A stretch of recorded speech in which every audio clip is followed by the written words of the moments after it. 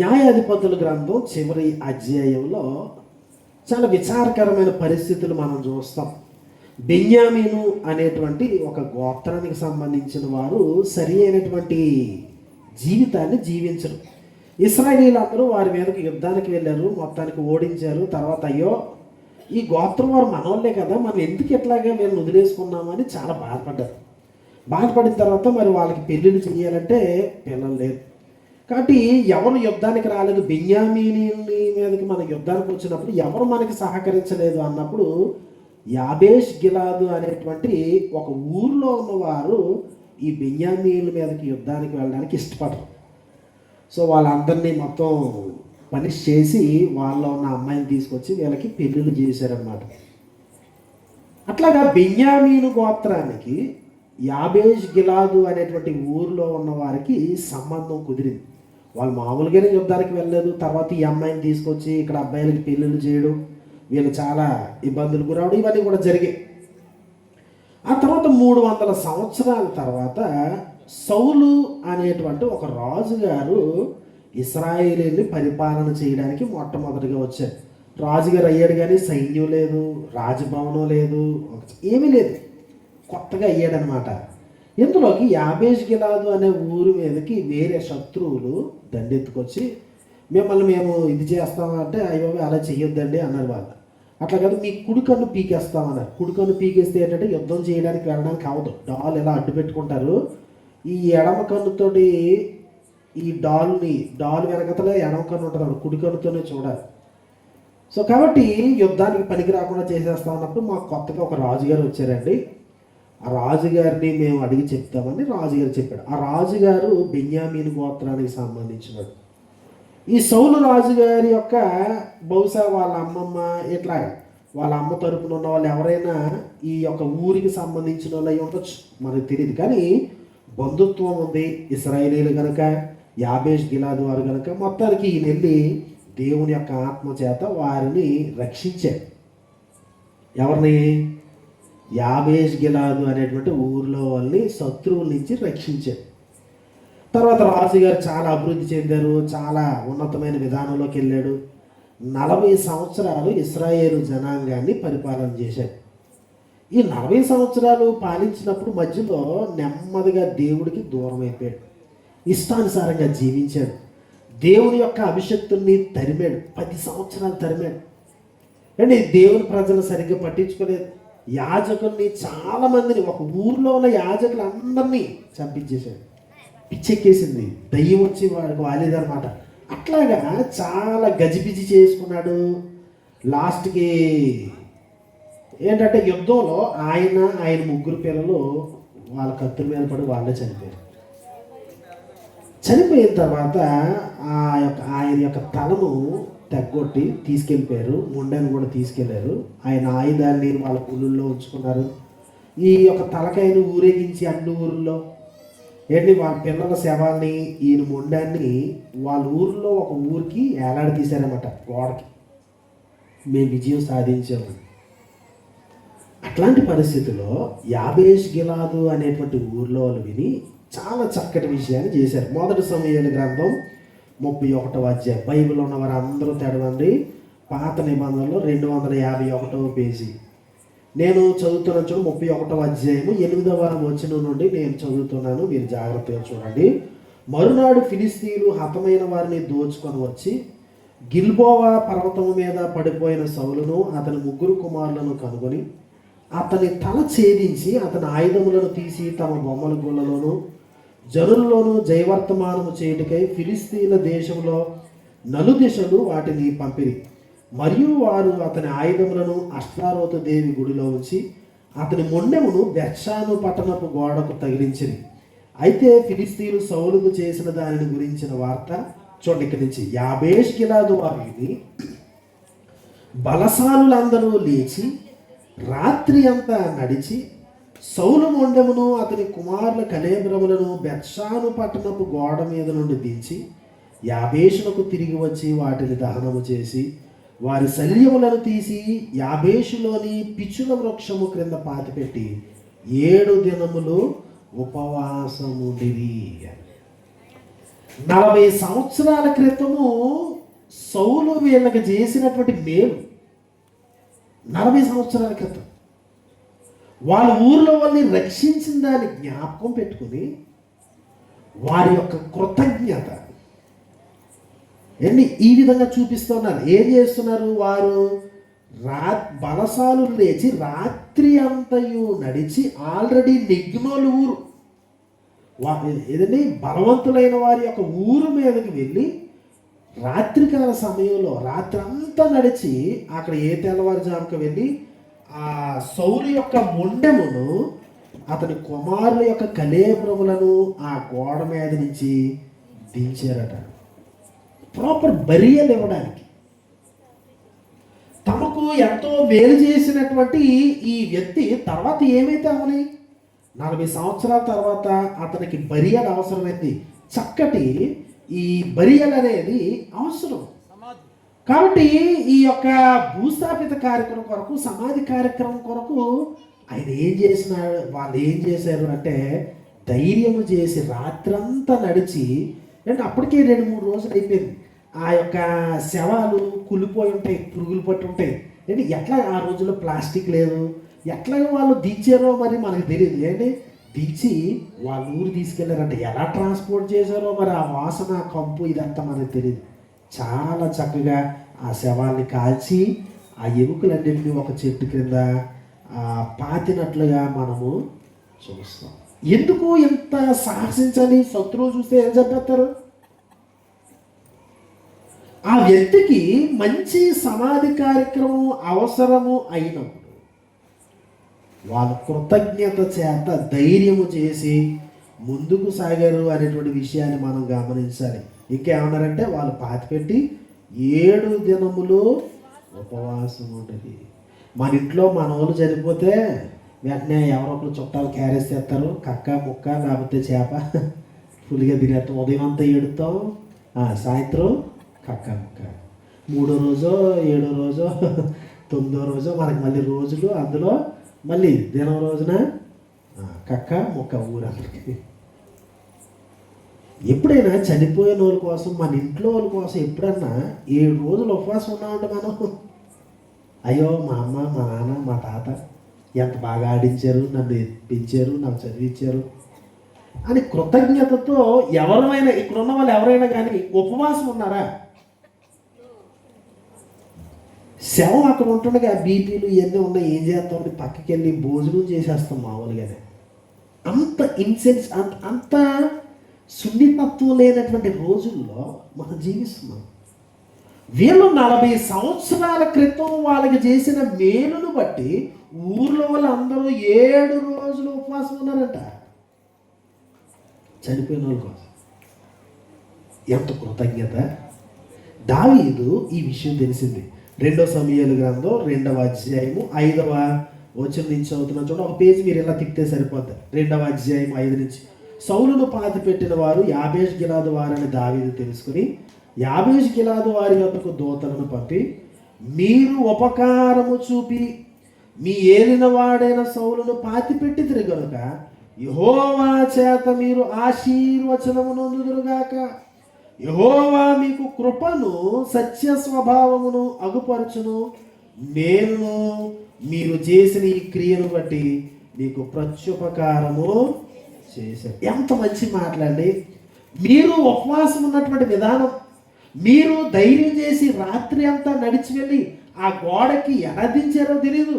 ఆ యొక్క కుళ్ళిపోయిన నలిగిపోయిన చాలా అబ్యూజ్ అయినటువంటి ఈ శత్రువు యొక్క శవాన్ని తీసుకెళ్తుంటే అలా చూస్తూ ఉంటారు. ఏంటంటే రాళ్ళు గిరగొడతారు, ఉమ్మేస్తారు, చాలా కించపరుస్తారు. ఆ దేహాన్ని తీసి వాళ్ళు కంపు కొడుతున్న వాళ్ళ ఊరు తీసుకెళ్ళి చక్కటి బరియలు ఇచ్చి 7 రోజులు ఉపవాసం ఉన్నారు కనుక దావీదు అంటున్నాడు, యెహోవా చేత మీరు ఆశీర్వచనము నొందుదురుగాక. కృతజ్ఞత హృదయం ఎవరికుందో వారిని దేవుడు దీవిస్తాడు. ఏంటి అంత మాత్రం కాదు, యెహోవా మీకు కృపను సత్య స్వభావమును అగపరచును. ఆయన తాను మీకు చూపించుకుంటాడు. ఆయన ఎవరో మీకు నేర్పిస్తాడు. తర్వాత ఇంకా అంటాడు, నేను మీకు మీరు చేసిన ఈ క్రియను బట్టి మీకు ప్రత్యుపకారము చేస్తాను.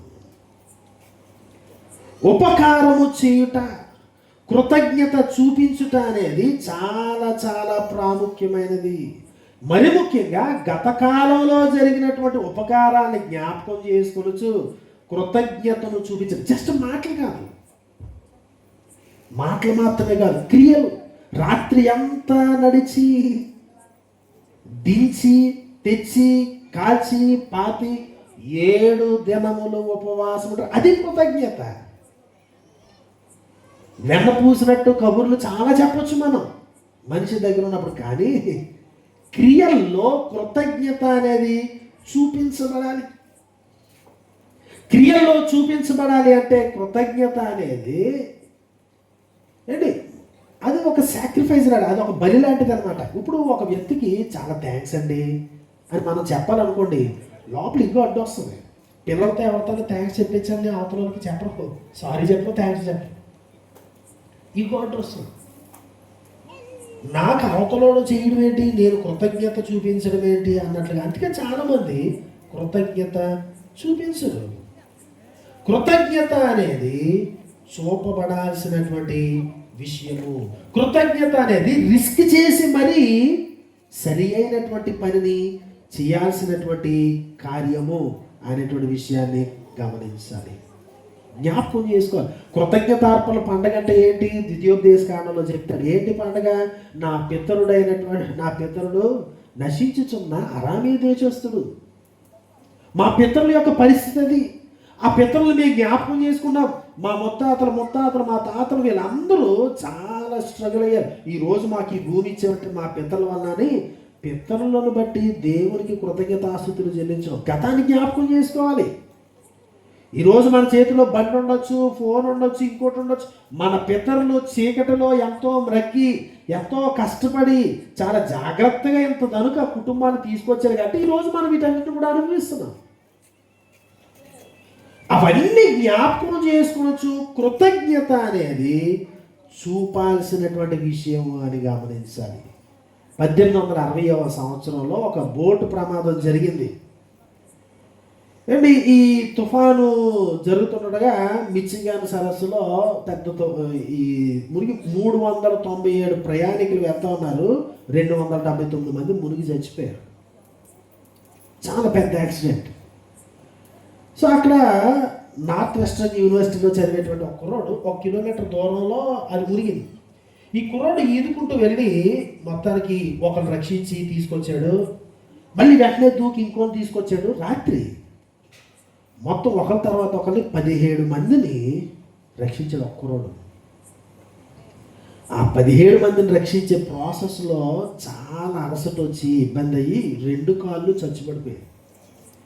వీల్ చైర్కి అంటే చక్రాల బండికి అతుక్కుపోయాడు జీవితం అంతా. చాలా గొప్ప హీరో అది ఇది అన్నారు, చాలా పేపర్లో వేశారు, చాలా ఇదైంది. ఆ తర్వాత చాలా సంవత్సరాలు అయిన తర్వాత ఈ కుర్రోడికి 80 సంవత్సరాలు వచ్చాయి. 80వ సంవత్సరం బర్త్డే కేక్ కట్ చేసేటప్పుడు అక్కడ ఉన్న వాళ్ళు చాలామంది, నీకు గుర్తుందా నువ్వు యవనస్తుడిగా ఉన్నప్పుడు ఎట్లాగైంది, ఈ వీల్ చైర్కి అతుక్కుపోయావు కదా ఆ సంఘటన అంటే, ఆయన అట్లా అందరినీ చూసి ఒక విషయం చెప్పాడంట. ఏం చెప్పాడంటే, ఆ 17 మందిని నేను రక్షించిన 17 మందిలో ఒక్కరు కూడా వచ్చి థ్యాంక్ యూ అని చెప్పలేదు. ఎవరి కొరకైతే కాళ్ళు చచ్చిపడిపోయి జీవితం అంతా వీల్ చైర్ కట్టుకున్నాడో ఆ 17 మందిలో ఒక్కరు కూడా వచ్చి మమ్మల్ని రక్షించారండి, థ్యాంక్స్ అండి అని చెప్పడానికి ఎవడు వెనక్కి రాలేదు. ఈ విషయం విన్నప్పుడు చదివినప్పుడు మన హృదయాల్లో బాధ అనిపిస్తుంది. ఎందుకు? అరే ఆ మాత్రం థ్యాంక్స్ చెప్పరా అని, ఆ మాత్రం థ్యాంక్స్ చెప్పరా. కానీ కృతజ్ఞత అనేటువంటిది హృదయంలో లేనటువంటి ప్రజల్ని మనం చూస్తున్నాం. కృతజ్ఞత ఏమాత్రం లేనటువంటి పరిస్థితులు. చూడండి, నేను చదువుతాను కృతజ్ఞతను గురించి ప్రస్తుత పరిస్థితులు ఏ విధంగా ఉన్నాయో. అపోస్తుడైన పౌలు తిమోతికి రాసిన 2వ పత్రిక 3వ అధ్యాయంలో అంత్యదినములలో అపాయకరమైనటువంటి కాలాలు వస్తాయి అని తెలుసుకో తిమోతి అని చెప్తూ, చూడండి 3వ అధ్యాయము 2వ తిమోతి 195వ పేజీ వెనకత నుంచి ఆయన చెప్తూ ఉన్నాడు. 2వ వచనం, ఎలాగనగా మనుష్యులు స్వార్థ ప్రియులు, వాళ్ళే ప్రేమించుకుంటారు. ధనాపేక్షలు, వాళ్ళని ప్రేమించుకోవడం కాకుండా ఇంకెవరినైనా ప్రేమిస్తారు, డబ్బులు ప్రేమిస్తారు.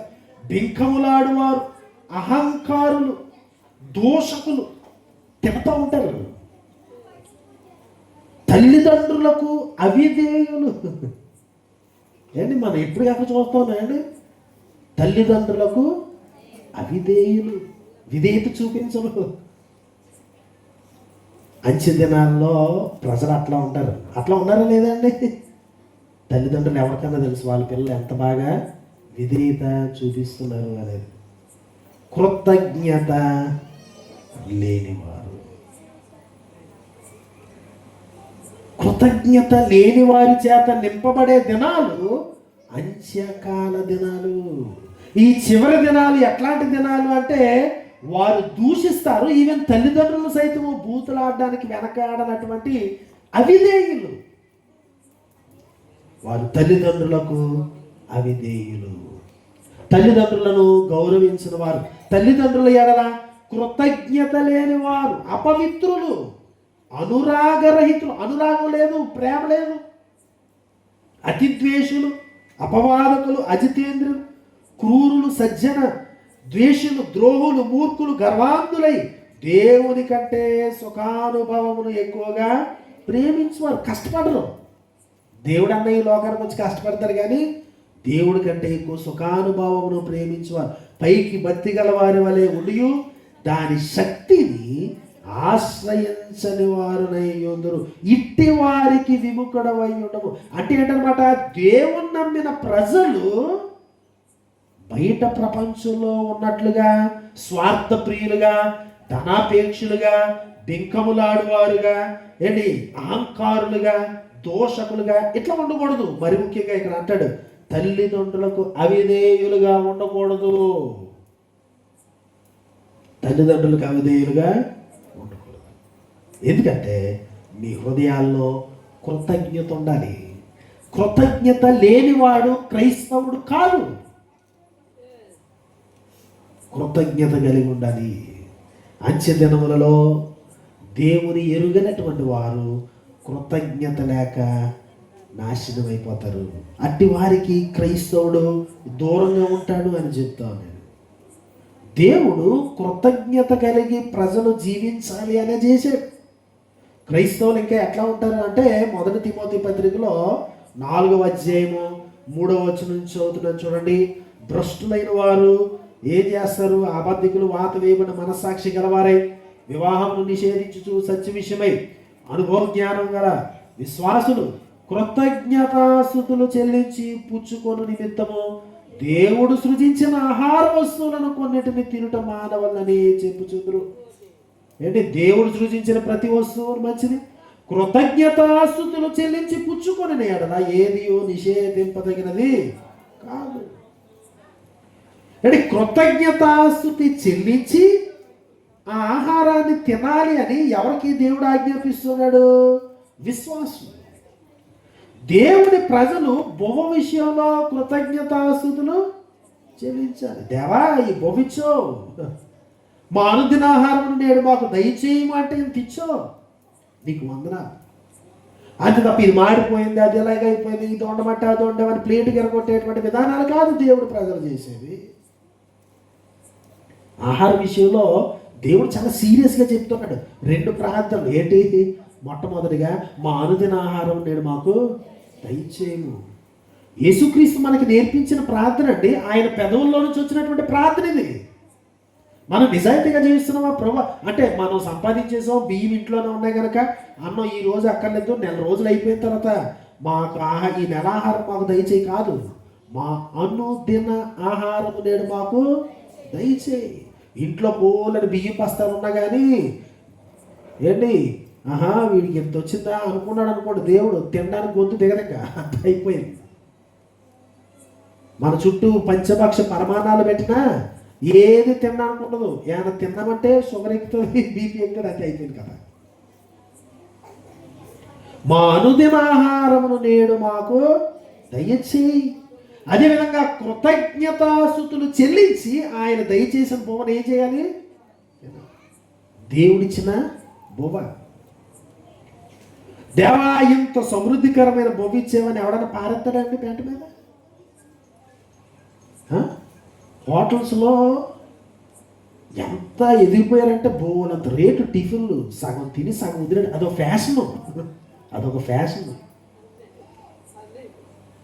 పూర్వీకులు ఎంత కష్టపడ్డారో ఏ లేవు. కృతజ్ఞతాస్తుతులు చెల్లించి, అది దేవుని యొక్క డిజైన్, అది దేవుని యొక్క ఏర్పాటు అనేటువంటి విషయాన్ని. అందుకే అక్కడ ఎంత చక్కగానంటే కృతజ్ఞతాస్తుతులు చెల్లించి పుచ్చుకొను నిమిత్తము అన్నాడు. దేవుడు ఆ ఆహార పదార్థాలు ఎందుకు ఇచ్చాడంటే నువ్వు కృతజ్ఞత చెల్లించి పుచ్చుకోను. బేకరీ దగ్గరికి వెళ్ళి డబ్బులు చెల్లించి పుచ్చుకుంటావు. అది దేవుడు నీకు ఆహారం ఇచ్చినప్పుడు ఏం చేస్తున్నావు? కృతజ్ఞత చెల్లించి దేవుని చేతిలో ఉన్న ఆహారాన్ని పుచ్చుకుంటున్నావు. ఆహారం అడుగుతున్నావు, కృతజ్ఞత చెల్లిస్తున్నావు, పుచ్చుకుంటున్నావు. ఇది దేవుని యొక్క ఏర్పాటు. అంటే దేవుని ప్రజలు, నా పాయింట్ ఏంటంటే దేవుని ప్రజలు కృతజ్ఞత హృదయాన్ని కలిగి ఉండాలి. అది ఆహార పదార్థమైనా, అది అమ్మ నాన్నైనా. తల్లిదండ్రులకు అవిధేయత చూపించడానికి క్రైస్తవ కుటుంబాల్లో వీలు లేదు అని మరి ఒకసారి నేను జ్ఞాపకం చేస్తున్నా. కృతజ్ఞత అనేది చాలా చాలా ప్రాముఖ్యమైనది. కొలసీ పత్రిక 3వ అధ్యాయము 15వ వచనం, క్రీస్తు అనుగ్రహించు సమాధానం మీ హృదయములలో ఏలుచుండనీయుడి, ఇందుకొరకే మీరొక్క శరీరముగా పిలువబడితిరి మరియు కృతజ్ఞులై యుండుడి. మీకు వీలైతే కృతజ్ఞత చూపించండి కాదు, దట్స్ ఇంపరేటివ్, అది ఆజ్ఞ. మీరు కృతజ్ఞులై ఉండాలి అంతే. కృతజ్ఞులై ఉండుడి అని దేవుడు చెప్పినప్పుడు వీలైన వాళ్ళు, ఏంటి చేయగలిగిన వాళ్ళు, బాగా ఎక్కువ భక్తి కలిగిన వారు అట్లా చెప్పట్లేదు. క్రైస్తవుడు ఎవడైనా కృతజ్ఞులై ఉండాలి అంతే. అది దేవుని యొక్క ఆజ్ఞ.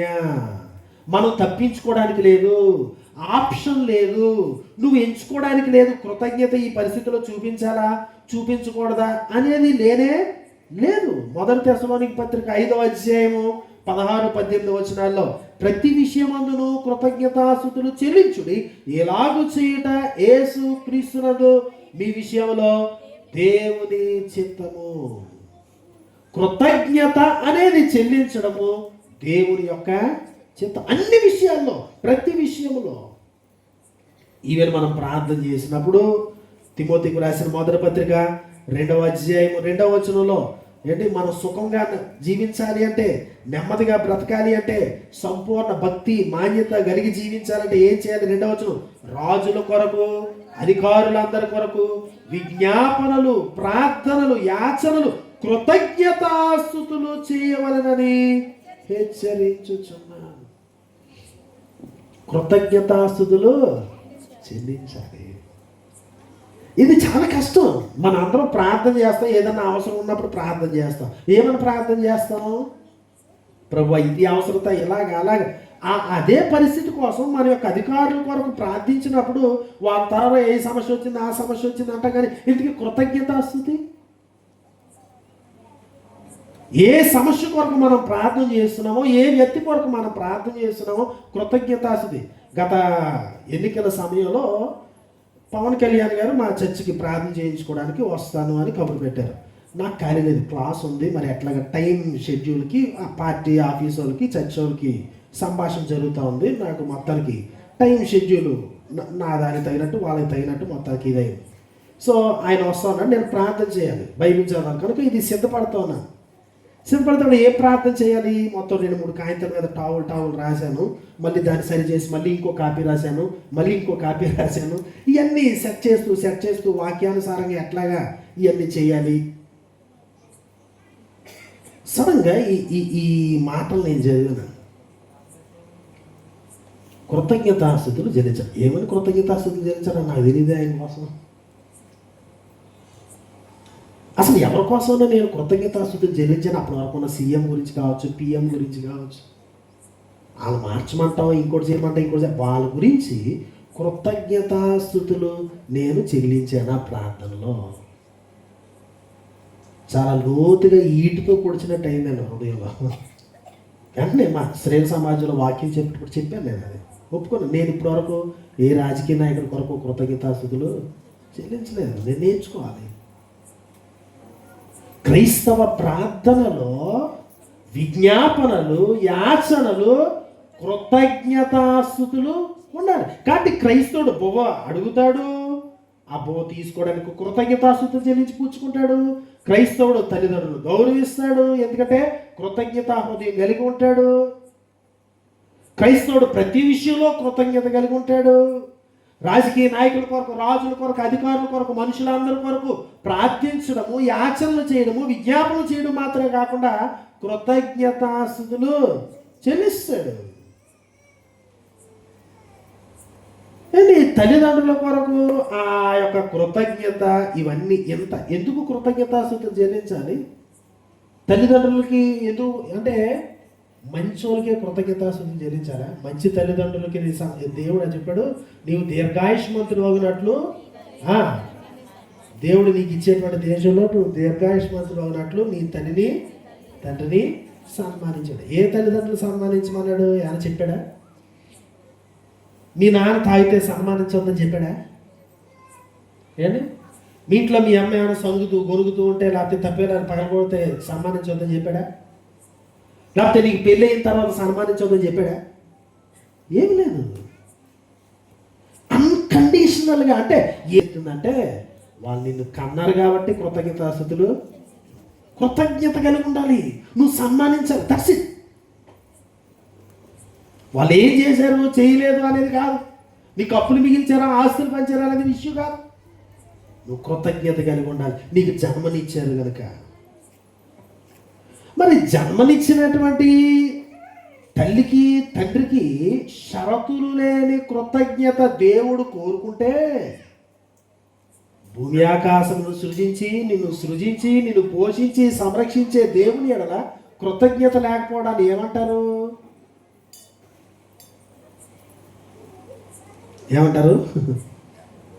రండి రోమపత్రిక 1వ అధ్యాయానికి వద్దాం. మానవులందరి సమస్యల గురించి ఇక్కడ బైబిల్ గ్రంథంలో రాస్తున్నారు. ఇప్పటివరకు మనం క్రైస్తవుల గురించి చదివినాం. క్రైస్తవుడు కృతజ్ఞత కలిగి ఉండాలి, వేరే ఆప్షన్ లేదు. మనం డెవలప్ చేసుకోవాలి. ఏంటి ఇక్కడ రోమపత్రిక 1వ అధ్యాయం 18వ వచనం నుండి బైబిల్ తెరవండి.